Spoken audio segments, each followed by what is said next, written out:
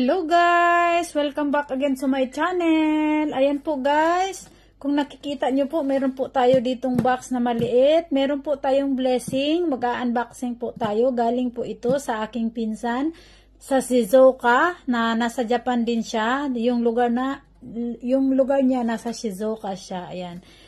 May ayuda po kaming dumating at actually ang laman nito guys ay dalawa po kami ng pinsan ko nandoon sa Tokyo. Pinag-isa niya na lang po yung pinadala niya para sa amin dalawa. Kaya sabay nating buksan at sabay nating panoorin kung ano po yung laman. Ayan. Ito kung makikita nyo, ito po yung pangalan. Tinanggal ko na.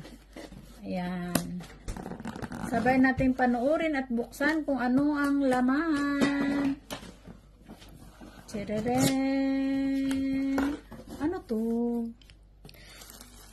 Wow! Tingnan nyo naman po guys ang laman. Eto, may nakasulat pa talaga siya. Oh. Galing po kasi sila guys sa farm ng strawberry. Ayan, kung nakikita nyo po. Ayan po yung ano. Actually guys, itong strawberry, grapes pala, sorry. Galing po sila ng farm ng grapes. Ayan po, kung mag-ano sila, ayan. At saka dalawang klase po yung grapes na pinadala niya. Isa pong ganito ang kulay. At guys, para sa kaalaman ng lahat, ang strawberry, ang grapes po na ito ay wala po siyang buto. Makakain niyo po lahat, pati balat.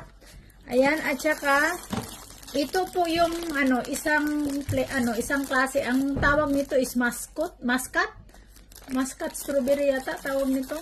Wala kasi siyang buto. Ayan. Tagdadalawa kami ng ate ko. Ayan, padadaanan ko na lang. Wow! Strawberry ang lalaki, guys. Oh, ayan. Thank you po sa pinsan namin. Shout out po dyan kay Lisel Bacolod na nasa Shizuoka. Maraming salamat po sa pinadala mo. Ayan guys, oh, ang laki ng ano niya, oh. Magtanggal tayo ng isa, ha. Ayan, oh. Ang laki. Ayan. Ayan guys.